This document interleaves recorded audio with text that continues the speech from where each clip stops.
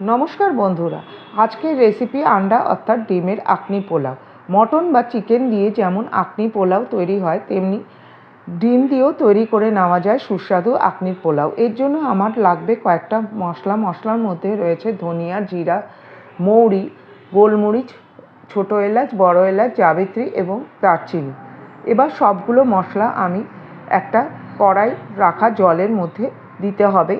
এখানে আমি 5 কাপ মতো জল নিয়েছি, কারণ আমি 2.5 কাপ চাল নিয়েছি, সেটাকে ধুয়ে এক জায়গায় ছড়িয়ে রেখে দিয়েছি। এবার এই জলের মধ্যে দিয়ে দিতে হবে সমস্ত মশলাগুলো এবং একটা কেটে রাখা পেঁয়াজ আর কিছুটা থেতো করে রাখা রসুন এবং আদা, আর দিয়ে দিতে হবে পরিমাণ মতো লবণ।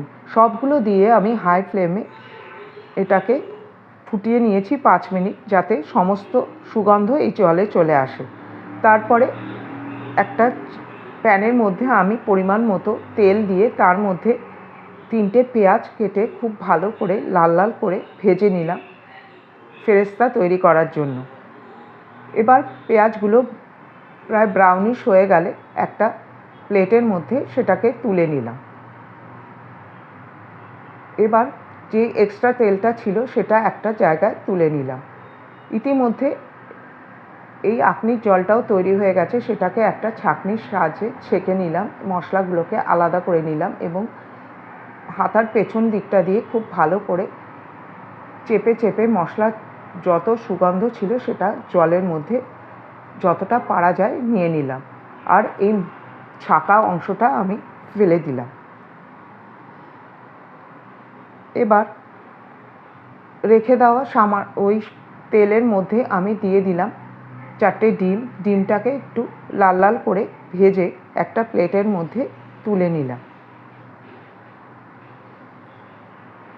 এবার ওই তেলের মধ্যে কিছুটা থেতো করে রাখা আদা এবং রসুন দিয়ে দিলাম, আর দিয়ে দিলাম কয়েকটা বড় করে কেটে রাখা আলুটা অবশ্যই দেওয়া অপশনাল। আলুটা দেওয়ার পরে বড় করে কেটে রাখা 2টো টমেটো এর মধ্যে দিয়ে দিলাম, আর দিয়ে দিলাম কয় টুকরো কাঁচা লঙ্কা, দিয়ে দিলাম স্বাদ মতো লবণ। সবগুলো খুব ভালো করে এপিট ওপিট করে ভালো করে ভেজে নিলাম যতক্ষণ না টমেটোটা নরম হয়ে যায়। এইভাবে টমেটোটা নরম হয়ে যাওয়ার পরে যেই বাসমতি চালটা আমি সাইডে ধুয়ে রেখে দিয়েছিলাম সেটা এর ওপরে দিয়ে দিলাম। ভালো করে নেড়ে চেড়ে সমস্ত কিছু ভালো করে মিশিয়ে নিলাম, আর যে ফেরেস্তা বা পেঁয়াজ ভাজাটা আমি রেখে দিয়েছিলাম তার থেকে অর্ধেকটা এর মধ্যে দিয়ে দিলাম। তারপরে আঁকনির জলটা আমি মেপে মেপে 5 কাপ মতো এর মধ্যে দিয়ে দিলাম।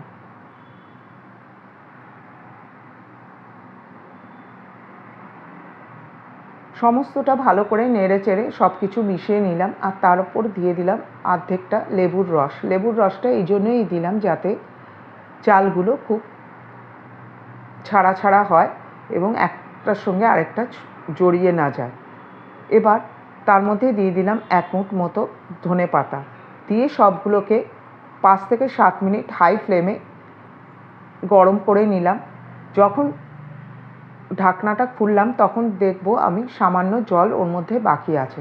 তারপর ডিমগুলো দিয়ে তার মধ্যে বাকি ভাজা পেঁয়াজ এবং কিছুটা কাঁচা লঙ্কা চিড়ে দিয়ে দিলাম, আর দিয়ে দিলাম 1 চামচ মতো কেওড়ার জল। সবগুলো দিয়ে ভালো করে নেড়ে চেড়ে নিলাম। এই সময় গ্যাসের ফ্লেমটা একদম লো করে দিতে হবে। তারপরে এটাকে 10 মিনিট একদম কম ফ্লেমে এটাকে দম দিতে হবে। যদি মনে হয় নিচে লেগে যেতে পারে তাহলে আপনারা একটা তাওয়ার ওপর কড়াইটা বসিয়ে তারপরে দম দিতে পারেন।